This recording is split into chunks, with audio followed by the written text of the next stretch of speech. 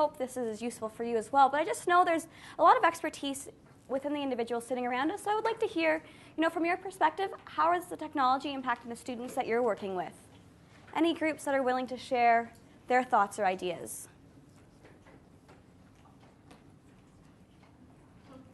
Any takers?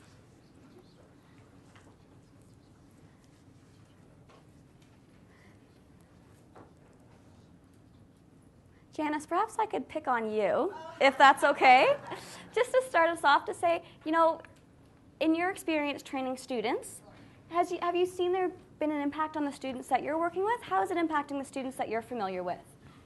Well, I was just sharing a story with Lynn about a boy I worked with a few years ago in Toronto, and his case kind of, it really struck a chord with me in the way that, for one, the teacher was willing to accommodate his needs through technology and just how he embraced it. He was just a reluctant writer, and having Kurzweil, he would be very unproductive. Every day he would do very little work, and then once he got Kurzweil, and his work was scanned, like a comprehension passage is scanned in for him, he could then use voice notes to answer questions as opposed to writing it. Mm-hmm.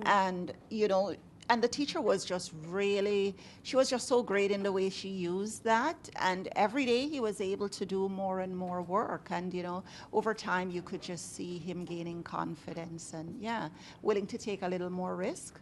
Yeah. Neat. So Thank you for sharing. Anyone else willing to share their group discussions? Yes.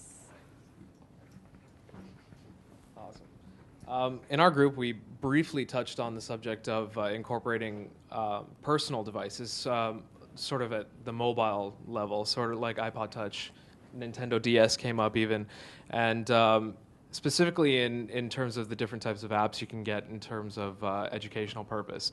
So we discussed a few things in terms of organizational tasks, planners, agendas, and as well, the developers for Dragon, naturally speaking, have a dictation app for the iPod Touch and iPhones.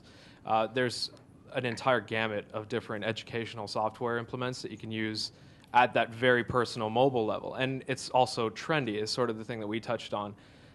So it helps in sort of promote that inclusive environment among students as well. So, yeah. That's fabulous.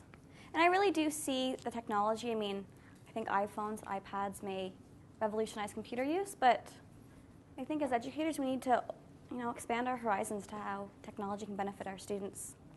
Yes. Just a quick question. As far as your research goes, are you looking to go a little bit further and follow some of these students once they do return to their home school or school boards, rather than just at the demonstration school where they're lucky enough to have a variety of teachers who are all technologically savvy or have some sort of background in assistive technology, rather than what a regular school board or a school would have, which is maybe one or two teachers on a staff that have that kind of knowledge, and how that would affect their self-esteem. I know that the self-advocacy would certainly help them when they return back to their school, but I'd like to know what happens to their self-esteem when they end up in a classroom where the teacher doesn't carry that same sort of passion for it. Perfect. Well, I guess I should have clarified that. For the third component of the study, I'm meeting with students and parents at 2 points in time. So I met with earlier in the year, and I interviewed all students and all of their parents individually, and I asked them questions surrounding their experience at Amethyst. So thinking back to that thinking back to their past experience. So I'm currently just finishing up that data collection. So now I'm going to the schools throughout the month of May and June. I was in Goderich on Monday, I was in Moortown on Tuesday, going to Owen Sound on Sunday, just interviewing these students now in their home high schools. So I'm now asking them, now that you've been at high school for a year, are you still using the technology? Is it still impacting you the same way? So I've given out that self-esteem survey. Unfortunately, I've only administered it to 3 students at this point in time. That's why I didn't opt to, present those results. I wanted to perhaps at one point in time present a more fuller picture, but I'm now using interviews and surveys to determine what's their level of self-esteem, specific components focusing, or specific survey focusing on their school motivation, another survey focusing on what was the school support at the demonstration school and at their current school, and also re-administering that survey, looking at the impact of the technology. So I'll be able to compare some of those surveys which were the same when they were at the demonstration school. How's that data changed now that they've been at the local high schools for a year? And I really want to specify too, this demonstration school that I'm working at, or that I've worked with in the past, it's an ideal school setting, right? So students are there, it's a residential school program, all the teachers are very competent in the technology.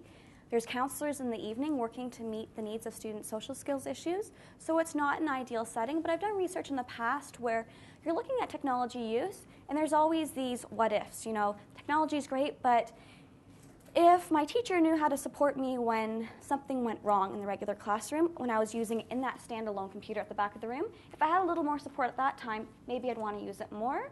And so I was hearing all these things, technology is great, but I need more support. So I wanted to actually go back to this kind of not realistic school environment, but just seeing when it's being used a lot and used well, what's happening. So I'm interested in following up with these students, not only after a year when they've been back in the regular school system, but what happens with them later down the road as well. Any other comments that you'd like to share? Or any questions surrounding my research as well? Well, the PowerPoint is uploaded on the wiki. I did forget to include my email address on the wiki, but it's here. If you have any questions about the research methodology or any questions that you want to run by me, feel free to contact me. And again, thank you for coming and listening to what students had to say about the technology.